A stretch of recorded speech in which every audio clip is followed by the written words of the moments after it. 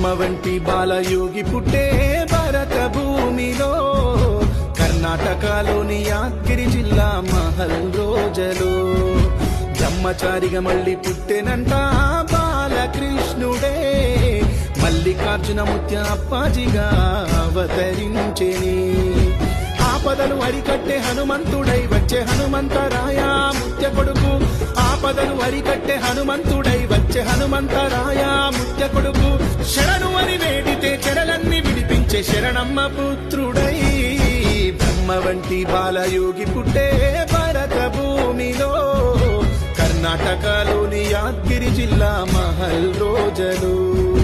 బ్రహ్మచారిగా మళ్ళీ పుట్టెనంట బాలకృష్ణుడే, మల్లికార్జున ముత్య అప్పాజిగా అవతరించెని.